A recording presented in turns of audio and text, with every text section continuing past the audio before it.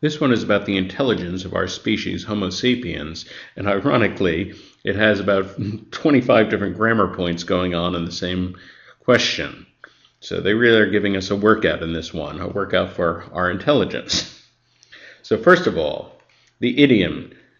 We have a choice between distinction between x and y, distinction x has from x and y, and distinction in x to y. Those are the formats that we get among the 5 answer choices. Distinction x has from y, that is incorrect. Distinction in x to y, that is incorrect. And that's exactly what we have in D and E. So distinction between, that is correct. Well, now we'll look at between x with y or between x and y. Between x with y is wrong. Between x and y, that is correct. So the with is incorrect, the and is correct. Next, let's look at the contrast. Not x but y. That actually is a proper contrast. It's a very strong context. If we're saying not x but y, we're saying x is wrong, y is right. So it's very exclusive and strong.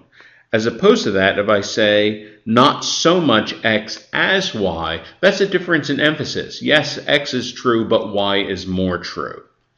And of course, some of the answers just mix these up. So not so much in but, that's an incorrect combination. Not so much in but, that's an incorrect combination. Not so much as, that's a correct construction. Not as, that's incorrect. And not but, that is correct also.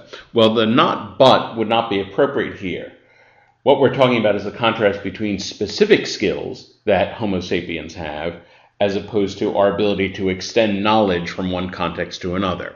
And it's definitely saying that what's more important is our ability to extend knowledge from one context to another, but it would be inappropriate to say not any specific skills. That would imply that human beings have no specific intelligence skills that separate us from primates. And in fact, we do. For example, the skill of doing GMAT sentence correction. I guarantee you and all your Homo sapien friends will be much better at GMAT sentence correction than other primates. We definitely have some skills, but so it's a difference in emphasis. And so what we need is not so much as. So all this is correct. Finally, we have a lay-lie distinction. Now, what's going on with this? Lie is the present tense. Today I lie down, or this ability lies in that context. The past tense of this verb, and this is so confusing, the past tense of this verb is lay. Yesterday I lay down, as I lay dying, past tense. The ability of ancient man to do such and such lay in his ability to whatever. Now, it's really confusing because lay is the past tense of the verb lie, but of course it's the present tense of another verb, I lay the books down, or to lay brick and mortar, or to lay pavement on the street, something like that. And of course the past tense of that is laid.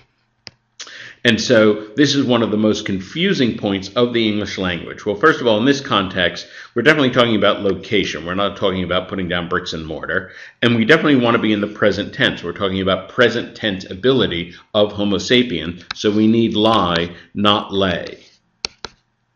And so if you notice, at this point, what's happened is we have eliminated A, B, D, and E. And in answer choice C, we get between and, we get the correct lie, we get not so much in as in.